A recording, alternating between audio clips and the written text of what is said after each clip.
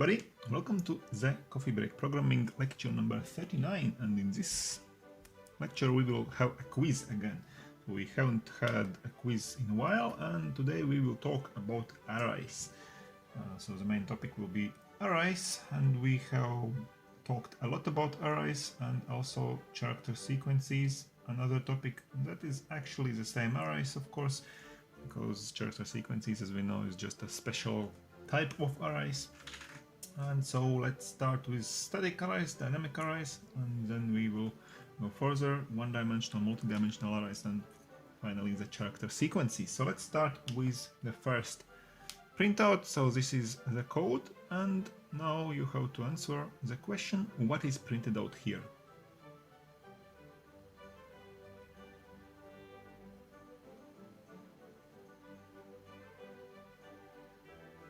So this type of questions, this type of problems, it is always useful to think about the memory structure, and if we have, for example, in this case, we have the r variable r, which is an array of 5 integers.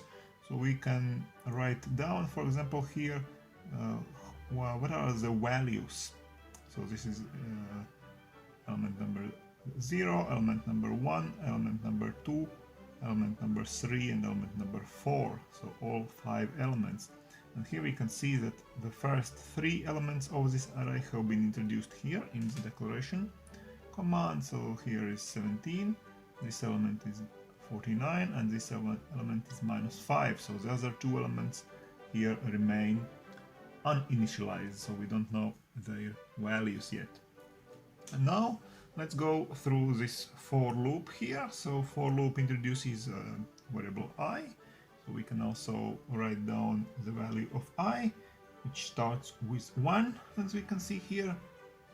And we go through the whole array potentially.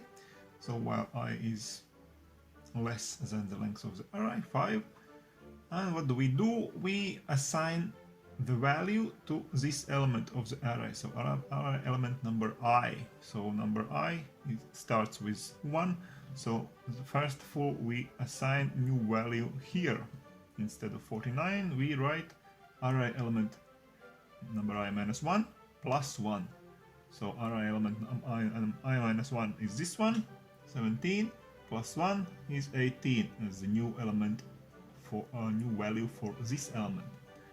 So next for iteration, now when I is 2, because I increases by 1 after each iteration. So now we again do the same thing. We now go to the second element and we not add, but assign a new value instead of this -5. So previous element plus 1. So this 18 plus 1, 19 is the new value of this element, and so on actually.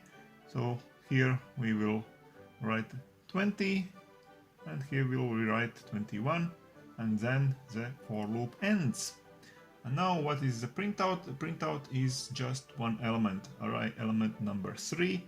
So 20 is the element number 3, and 20 is our correct output. Okay, so this was quite an easy task to start with. So let's go further. So the next question, what is being printed out in this code here?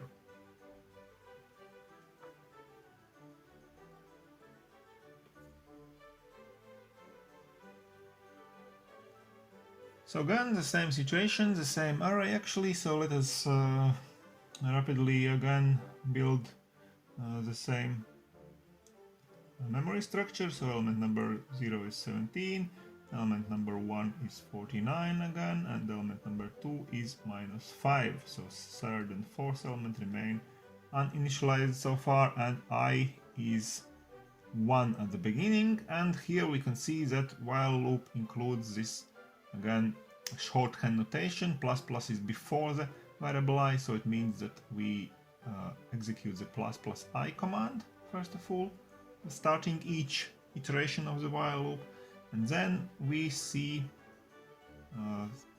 the expression like that while I is less than 5. So if the I is less than 5, then we will go inside and do the same thing as we did actually in the last last example. So we assign the value to this element number I as the previous element plus 1. So in the first iteration of when the while loop starts, so we perform those two things here. So plus plus I means that I is now 2. And now we see this result. I is less than 5, of course it's true. So we go on and assign value to the element number I. So number 2 in this case. So instead of this minus 5, we write previous element plus 1, so 50. Okay, so the next iteration starts again plus plus I, first of all. So it is 3. And 3 is less than 5, so we do the same with the third element, so 51. So the next iteration again plus plus I is now 4, 4 is still less than 5, so we do the same here, 52. And now the plus plus I leads us to the fifth element, but we don't go into the while loop anymore because this is not true anymore. So the while loop ends and we again just print out the third element of the array, and this is this element 51. So the 51 is indeed printed out here. Okay, let's go further. So in this case it's not asked anything about printing, but it's just asked what is the value of the second array of this value variable array 2, R2, after the execution of those commands. What is the value of R2?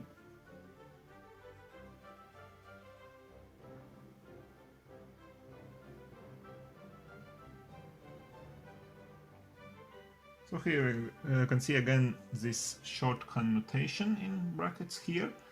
So normally we use this negation operator to a logical value.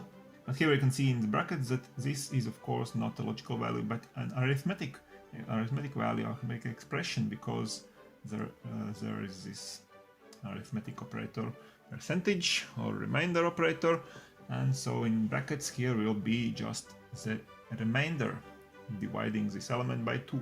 So as we remember, it is the same as if we had written the logical expression, this arithmetic expression here, not equal to 0. So this would be the same, and not before this not equal to 0 means that it is the same as we had just written R1 number I percentage by 2 is equal to 0, meaning that this element is 2. This element is an odd number. So odd number, that means it divides by 2. So in this case we have two arrays. So the first array, int array, is fully initialized here, or 5 values. And then we have a bool type array. The second array also in 5 elements, but bool type array. So meaning that every element will be one of just 2 values, true or false. And now we go through the for loop, and what we do here, we initialize those values of the second array. So this is our question here, what will be the values for each element of the second array. And now that we have seen what is actually written here in this shorthand notation, it's very easy to see that if the array 1 value number I is an even number, meaning that it does not divide by 2, then we assign false to this value.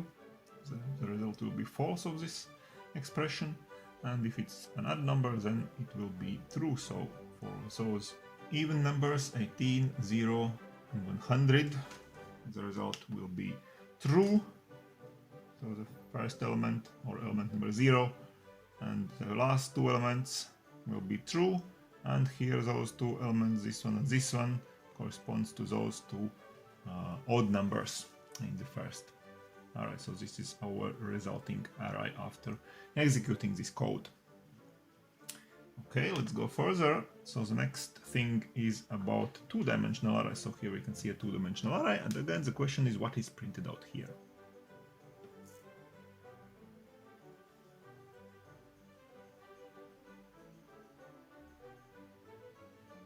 So here we can see that the first two for loops are our standard manner of going through the whole array.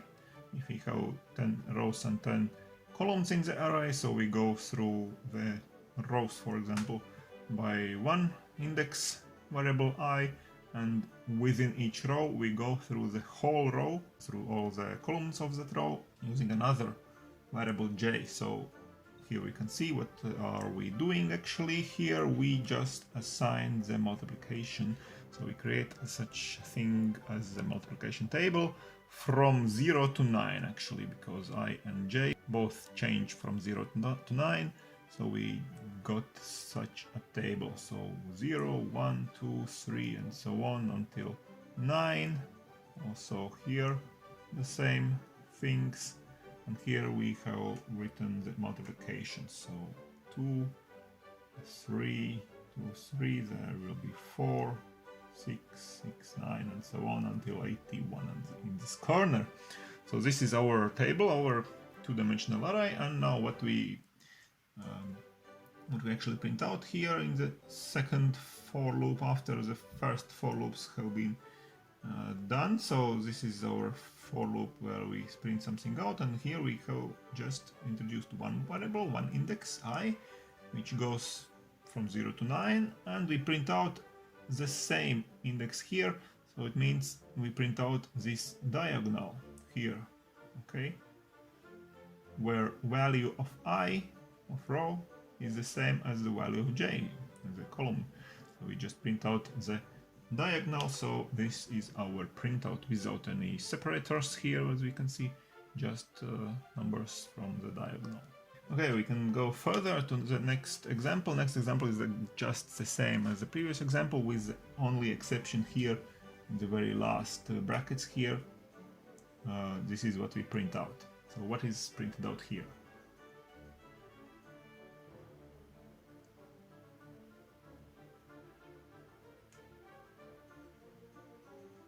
And it can be easily seen that the array is the same as before, this array which I draw just in the previous slide, but the thing that differs here is just what we print out, and we don't print out the diagonal, this diagonal here, but actually we print out this diagonal here. Okay, so array I and 9 minus I. So first of all, when I is 0, then 9 minus I will be 9. When I will be 1, 9 minus I will be 8, so we print out this element. So this element, this element, this, and so on. So this diagonal is just printed out here in this case.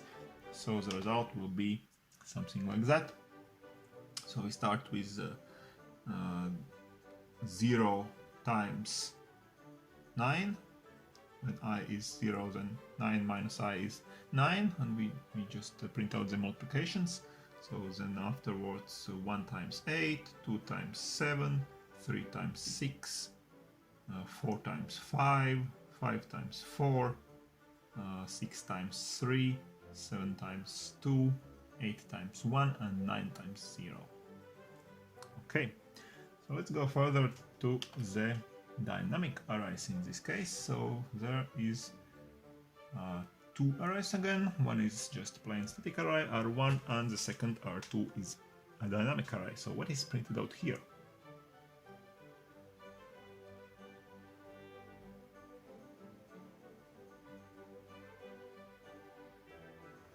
So let's see what's happening here. So the first array is started to initialize here. So first two elements are initialized with 2 ones of this array with 10 elements, and now we go through the rest of the elements here in this for loop, as we can see. So the index starts with 2, and we go until the end of the array, of course, and we initialize all the other elements. So R1 number I. And what do we do here? We just sum the previous two elements, so element number I minus 1 and element number I minus 2. So those two previous elements are summarized in each next element, so we can easily see that the next element will be 2 here in this array. So then it will be 3, 1 plus 2, then it will be 2 plus 3, 5, 3 plus 5, 8, so 13, 21, 34, and so on. 10 elements, 1, 2, 3, 4, 5, 6, 7, 8, 9, and the final element so will be 55. So this is our array after the first for loop. Now we introduce the second array R2 as a dynamic array, because the length is dynamically calculated here, and the length of this array will be this one. So array number, the first array is array 1, element number 5, and which is that? So this is element number 0, 1, 2, 3, 4, 5. So this is our element number 5, which is 8. So here we just we could just write 8 in this place. Here and also here, of course, 8, and here where we use the array 1 element number 5. So actually this array is just 8 elements long, the second array. And here we can see that we go through the whole array, 8 elements long, and we assign every to every element we assign the value, which is I plus 2, so index plus 2. So the 0th element is 2, first element is 3. So our array just looks like that. The first element or element number 0 is 2, then 3, 4, 5, 6, 7, 8, 9, and it's all 8 elements. So this is our second array. And so what do we do here? So we go through the whole array again, this second array, in this for loop here. And for each element we will print something out in this for loop first of all, and then we will print end line. So we will print actually 8 rows of numbers, okay? So here in this first loop we will print some numbers, and then we will print end line after each of those 8 rows. And what do we print in within each row? So we go again here, starting from 0 again till the end of not in this case array 1, but array 2 element number I. So this is the value of element number I. So first of all, for example, if we look at the first element of the array, which is 2, this for loop will execute 2 times. For the next value here, next element, it will execute 3 times. So afterwards 4 times. So this is what we do within each row. So we print 2 numbers in the first row, 3 numbers in the second row, 4 numbers in the third row, and so on, 8 numbers in the last 8th row. So the numbers are just the elements of this particular array. So number 2 here, number 3 here, 4, and so on. So the final output is something like that. And of course, in the very end, we just delete the array from the memory. So we release the memory space, so it is a good programming style to do it. Okay, it seems to me that this quiz turns out to be too long for one lecture, so let's split it up in 2 parts, and let's end the first part here with dynamic arrays, and let's see the video of the next part of the part 2 of this quiz tomorrow, starting with character sequences then. So stay tuned, come back here for the second part of the quiz tomorrow. Stay tuned also to my channel, of course, subscribe to it, and see you tomorrow. Bye!